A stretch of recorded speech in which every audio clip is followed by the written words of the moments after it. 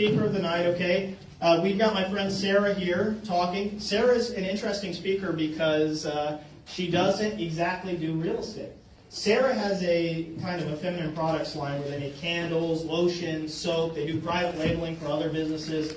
It's expansive. And she built a second business after finding the niche in that first business, which is that there's a lot of people out there that make badass products and struggle to transition from the innovator to building systems to automate and actually run businesses efficiently. So she built a second company that's going to enable people to kind of make magic in the margins, make their money. So please give a warm round of applause to my friend Sarah.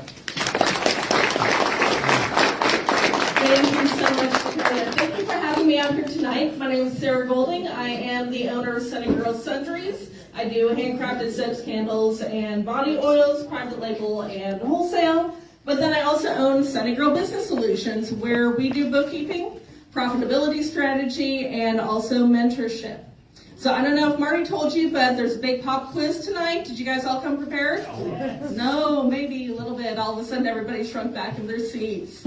All right, so first question. If you could make more money doing exactly what you are doing now, would you want to do it? Yes. Yeah. Absolutely. Absolutely. Yeah, we have a little hand clap back there. Okay, so what we're talking about is actually looking at your margins. All right, so on your tables, there's a few papers that have been handed out. I didn't bring enough for everyone, so if you don't have one, screenshot it with your neighbor, put it on your phone. That way you've got a copy of it. There are two sides to it, and you can come back. So we're going to walk through kind of the process of how we go through and how we maximize our margins. And the first one is setting the goals. We all have needs. We all have wants. How many of us would feel like we are money motivated? That is absolutely the reason behind everything we do. Couple? 1, 2, 3, 5-ish. Yeah? Okay, so this is actually really typical. Most of us are not money motivated. Some of us, we love that dragon's hoard of cash and we will do everything we can to get it. But the rest of us, we have different things that we are using for our goals. So that could be things like family. How many of us are out there busting our backside because we got a family to take care of? Yeah, 4 hands went up on that, absolutely. How many of us like to travel? Oh, there we go. That's the money shot right there. We are making our money so we can go and travel. We are building our life as entrepreneurs based off of the things that resonate with us. You'll hear a lot about think about your why. That's what they're talking about. They're talking about what your goals are. So what are the goals that drive you to succeed? What's the why? And how does your revenue goal reflect that? How many of us do goal setting sessions at least once a year? A couple of us, all right? So if you aren't doing goal setting sessions, this is the perfect time to start. January, you got that clean slate. Use the sheet that's in front of you. Take it home tonight. Spend some time thinking about it. And start to evaluate 2 things. To start with, what is your revenue goal? And then what is your income goal? Who knows the difference between the two? Go ahead. What's the difference between a revenue goal and an income goal? Revenue is what the business takes. Income is what you take. Absolutely. So income goals versus revenue goals. What's the difference? Do we really need both? Yes, you do. A lot of times we sit and we go, okay, I want to make $10 million in sales this year. And that's our revenue goal. How many of us off that $10 million are actually taking that $10 million and putting it in our bank account because that's our income? Oh no, I lost my microphone. All right, can you guys hear me without the microphone? Yeah. Okay, perfect. I talk with my hands anyway, so that works out well. Revenue is vanity. Profit is sanity. There you go. So revenue is vanity, profit is sanity. I love that. So as you're going through and you're thinking about your revenue goals versus your income goals, think about how much you need to actually accomplish the goals that you need to create the lifestyle that you want. Does that mean you're traveling once a month? Does that mean you can afford... Hello. All right. Does that mean you can go out and afford all of the great activities that your kids are in? If your family, you know what I'm talking about, where they've got the ball games and they've got the practices and everything else. So your income goal is a portion that you are going to be paying yourself. And when you start to break down your goals, you're going to start differentiating between where you want to spend your time and your focus. Your margins. Your margins are the difference between what you're spending and what you're actually bringing in after you've covered for all of your expenses. So some of the expenses that your margins are going to pay for, it's things like your insurance, income tax, operational expenses, admin tasks. How many of us are outsourcing a bookkeeper? A few of us? How many of us are outsourcing like a VA or some other admin? A couple of us? Okay. How many of us are trying to do all of this ourselves? Yeah, right? That's a big part of what we do as entrepreneurs.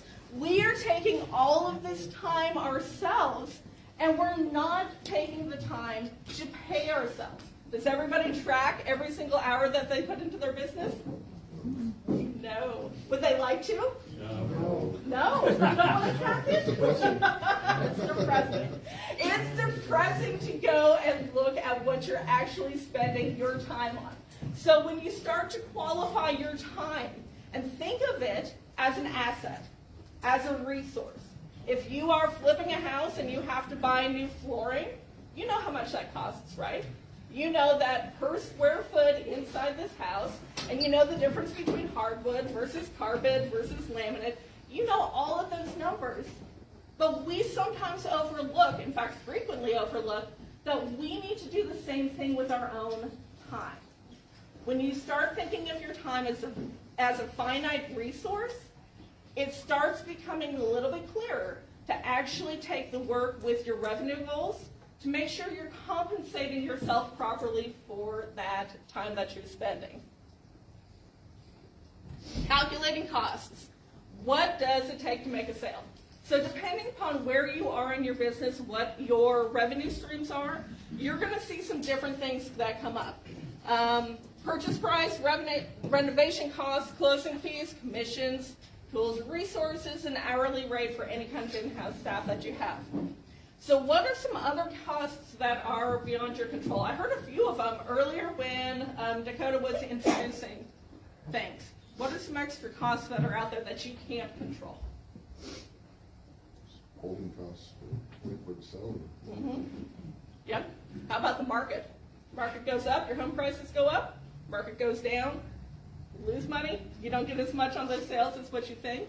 Interest rates. Interest rates. Interest rates are a big one. Those can change on a daily basis, sometimes more than what we'd like. What are some other costs that we don't control? That's it? Just interest rates? Insurance. Unforeseen renovation costs. Unforeseen renovation costs. Do you guys know about how much they calculate to plan on additional if you've got X amount for renovation costs, how much to add for extras? We had 10%. 10 to 15, it can be up to 20% on a renovation cost that you will overspend if you're not budgeting appropriately from the start. And that's going to include things like delays in permits. You are trying to sell that house after it's completed, and all of a sudden those mortgage payments kick in because it's taking longer to sell the house. There can be things if you are renting and you have a tenant that does midnight move on you, right? Heard a couple chuckles there, you're like, oh, I know that one. Right? They do the midnight move, or they start to do destruction and damage to the house, which is more than the deposit that they left. So all of a sudden you are out of pocket on some of those things. How many of us think about all of those extra things when we calculate how much money we've made on a house? You do? Nice. She does. How about the rest of us? No? Okay. So as you go through, and on the sheet that's in front of you or in front of some of you, there are places that you can start to put in yearly costs. There's ways that you can start to think about what else is going on in your business because that's going to make a difference in how you're calculating your margin. Those are the points that we are trying to start to look at and fix within our businesses that are going to bring us that money.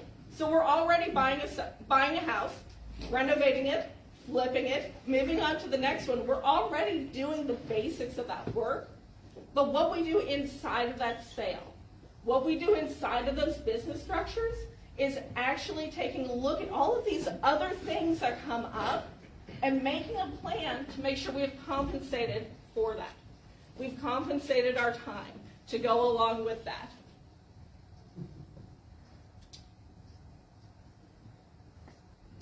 Sweat equity and volunteerism. It doesn't matter what industry you are in, sweat equity and volunteerism are going to be the two biggest ways that you can look at improving your costs and improving your personal ROI of what you are bringing into these spaces. So the more time that goes without being charged is equivalent to how quickly you will feel burnt out. Any of us feeling burnt out yet? Couple people? Couple people, you don't want to raise the hand, but I can see it in the eyes that you're like, yeah, some days it's hard, right? We're bouncing from one sale to the next, from one closing to the next, and we're not necessarily paying ourselves properly in between. We don't have an established salary because we're just waiting for that next big paycheck to roll through. In the middle time, we are operating off of sweat equity and volunteerism. So time to set up and clean up, time to answer questions, discovery calls, adjustments or edits, and of course the mental space to prepare, right? We've got so many things going on in our lives, from running our own businesses, keeping up with our books, we've got family things, we've got social obligations. Decision fatigue is a real thing, especially when we're doing it all for free. So as we need that extra time to sit and prepare, sometimes it's just going over the calendar for the week and saying, okay, I've got an appointment here, I've got to meet with contractors there, I've got to do A, B, and C, and making sure that everything runs the way it's supposed to and nothing falls through in the cracks. All of that is time that should be paid for and compensated. Otherwise, you're just doom scrolling at 10 o'clock at night instead of going to sleep, thinking about what else you should be doing the next day. Who feels like they are an expert in time management? Yeah. My wife. Okay, so not a one of you. I need at least one hand. I plan on at least 3 hands to go up on this question. You guys can't let me down. I'm new. Nobody feels like they're good at time management. All right. So Good, yeah. we've got. I'd say the expert word throws a lot of us out, I think. All right, so what are some tools and resources that you use to be better at time management? Calendars? Blog time? Airplane mode. Airplane mode, yep. Are you guys tracking mileage using an app? Yep. Yep, see? If you never stop working, you never have any downtime. There you go. Just keep going and going and going. Eventually it'll all make sense somewhere.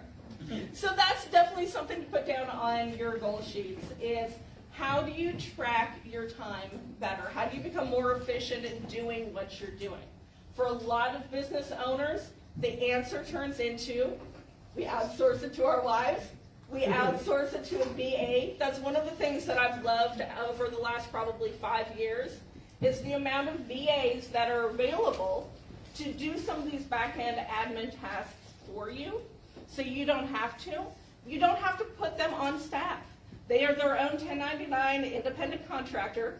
You hire them out for 10 to 30 hours a month, but then they get all of these other things taken care of, and that frees you back up to do what you do best. And that's to be passionate about your business, to understand the ins and outs of the decisions that are going to make you money, the decisions that you want to stay away from, and everything in between.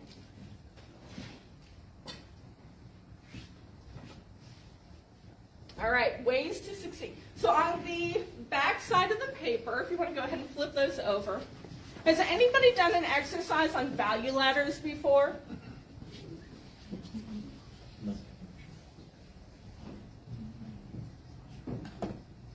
Okay, so your value ladders.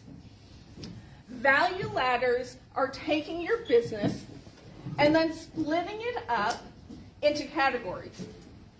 And these are going to be different revenue streams. So if you want to take a second, just kind of think about your business and think about what your value ladders are. So value ladders could be rental income. It could be if you are actually a realtor, what you do on your own for buying and selling houses. Your value ladder could be doing the renovations and the flips. How do you break down the different parts of your business? Because we're not one-note businesses, right? All of us do multiple things within our business. Are we going to try again? Are you sure? We went to the store and got batteries. You were quick. That was fast. That works. All right, so we're back with the microphone. Thank you so much. All right, so if you go through, think about your value ladders. Most businesses are going to have between 3 to 5. If you look at some of the success stories on multi-million-dollar CEOs, they will say they generally have up to 7 different revenue streams. Some of them are passive income, some of them are active income. So most of us inherently already have at least 3 to 5 within our businesses. It's just going through and actually identifying them. The reason why we want to identify these different value ladders is because it's going to help give you that pinpointed direction on what's working and what's not working in your business. So if you have rental income and it's going great, you've got great tenants everywhere, it's a fantastic passive income, you don't have to do much with it. The question becomes, do you need to do more with rental income? Because it frees up your time, you don't have to do much else, maximizing your margin, right? The less time we have to spend in something, the better, especially if it's working well. But what if we have a bunch of rentals that aren't making money? You've got really bad tenants in there, you can't keep up with repairs, you've got, insurance and taxes and everything are increasing and skyrocketing, and maybe the rental income isn't what it used to be. This is a great time to reevaluate and say, maybe that's not where I want to focus anymore.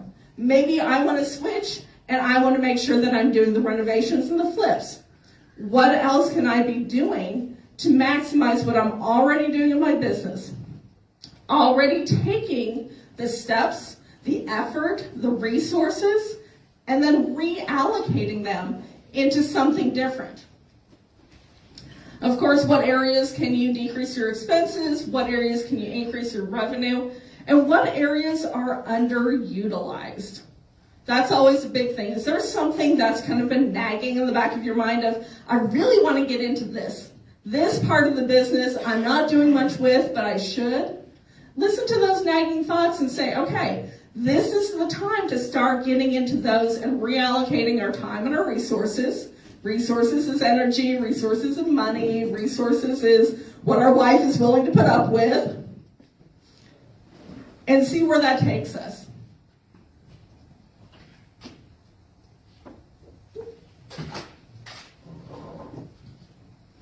So connecting the dots with your value ladders to see where your best margins are. And that's the final step. You've got your goals. You've got your income. You've got your revenue goals. You understand the difference.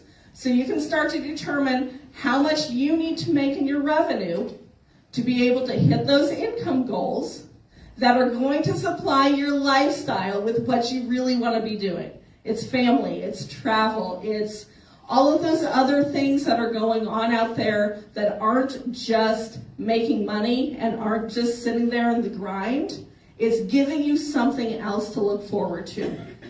Then we're going to take what we're actually doing, what we're already doing in our business, and we're going to start breaking that down into things that are working, things that are not working, things that we want to expand on, and sometimes it's things that we just don't want to do anymore.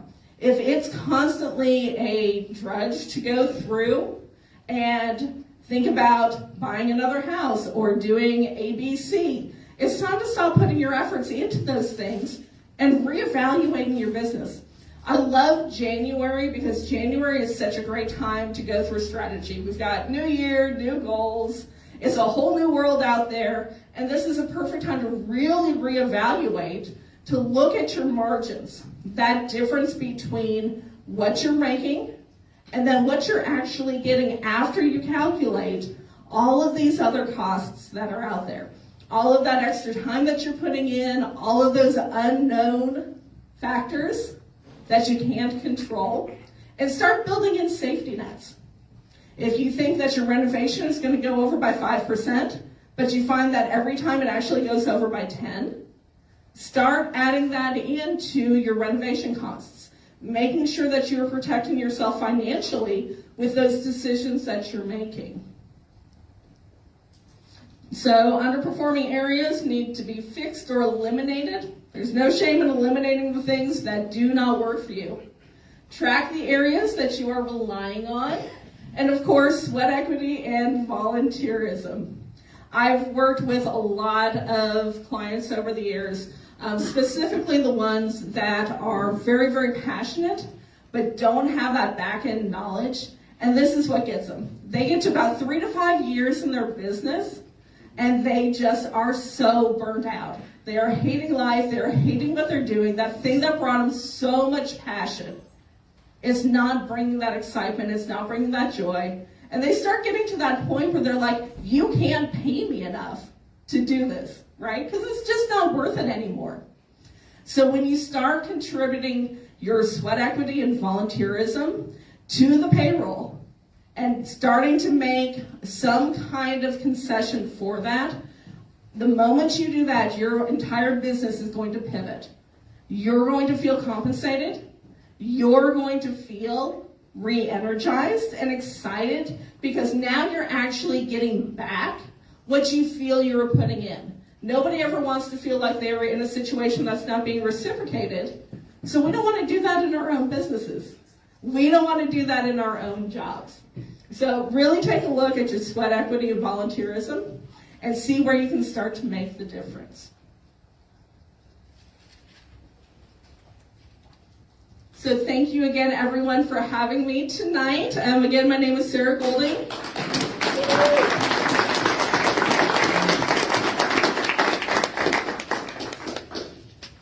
And I'll be here for just another moment, I guess. Do we have any questions? Is there something I can expand on? Thoughts on the worksheet? Can you give an example of your revenue ladder? Just pick a business. Yeah, absolutely. So within my own business, I do bookkeeping, I do strategy, and I do mentorship. One of my value ladders is bookkeeping, which is broken down into monthly books. I do cleanup, I do quarterly reviews, and then I do the strategy. So I can do a 1-hour strategy session. I can do a half-day strategy session. And then I also have digital downloads that I sell as passive income. So I take a look at each of those 3 things, and then I start to develop marketing strategies for each one. So does my strategy need work? Can I expand on that? Can I get into other networking groups? What other resources can I tap into? Bookkeeping, I'm great with that, so I don't need to add more clients to bookkeeping. I'd rather focus on creating more downloads because that passive income, once it's on the internet, it lives forever, and that's additional revenue that I don't have to spend my time on. So those are ways that I work my value ladders with the different aspects of my business. And what I do for my strategy, just in general, is I break everything down into yes and no questions.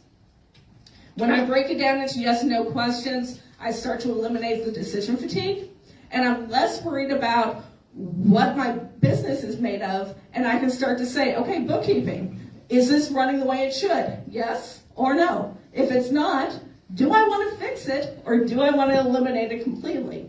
Well, it's still doing all right. Maybe I just need to try some different things with it. So let's keep working on that. Is the downloads working? Yes, they are. They're doing their own thing. I've got SEO. It's going great. I want to compound that by creating more downloads. So I start looking at yes and no. And when I get to a point where I can't do a yes and no anymore and I'm still at a yes, That's when I create a strategy of what can I do specifically to impact this or improve on this.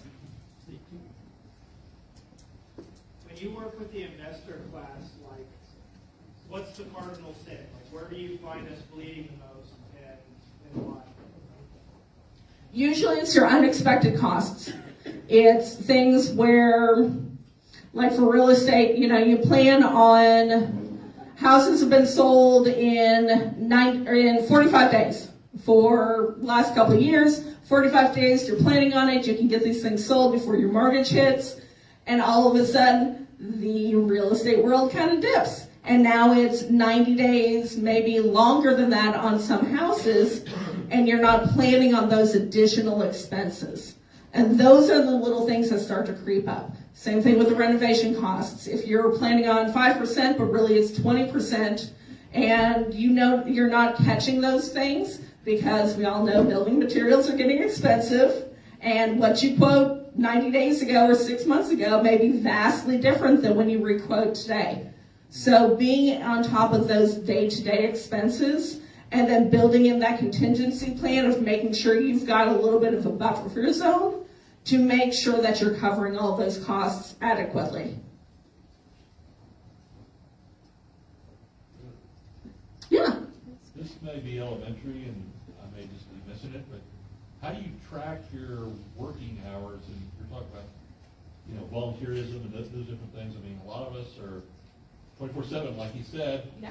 It's like 9 o'clock at night, 10 o'clock at night, we're doing emails, we're doing whatever. And, I mean, all I do is bed, I go back to work. But. Yeah, absolutely. So how do you track your hours and really get a good idea of what you're doing? One of the things I use, there's an app called Clockify. And it's great because you start working, you click start. When you're done working, you click stop. You can actually go into the app, and it's a free app. You can go in and start to allocate what that time is used for. So admin, or if you're actually doing any of the construction work on a renovation, you can put that time in. You can delegate it to emails versus bookkeeping versus talking with realtors and sitting in closing meetings. Whatever you want to do as detailed or as broad as what you'd like to. And I would recommend, if you haven't tracked your time before, give it probably a month. Just track everything that you do for 1 month, and then sit down and look at it and go, okay, I'm really working a lot. Maybe the answer is not that I can't keep working. It's maybe I just need to put some boundaries on my time, right? I think you had mentioned doing the do not disturb. Yeah.